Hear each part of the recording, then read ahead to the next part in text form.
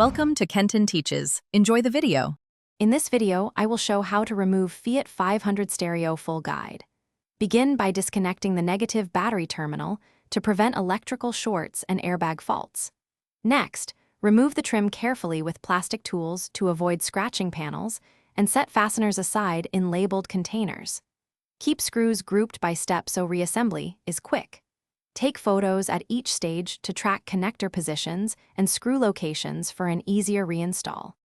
Start with a warm approach and patience as you pry panels. They can be stubborn but yield with steady pressure.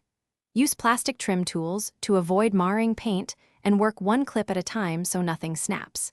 Keep a shallow tray nearby for screws and clips, and photograph the panel layout before pulling it free.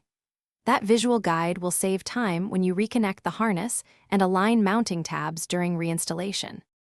If this video is helping, please subscribe and like. It really helps the channel grow. Quick recommendation: a book called The Simple Path to Wealth can change how you think about money, and it pairs well with DIY savings habits earned from fixing your own stereo. Check the description for the link and for other deals I mentioned, then grab a coffee. Thanks for watching. Now let's get back to the video. Gently unplug the antenna coax first, then depress release tabs on each wiring plug to avoid bending pins. Unscrew the mounting bolts and carefully slide the radio out while supporting its weight to prevent damage. Once free, check connector ends for dirt or corrosion and clean them with contact cleaner if needed.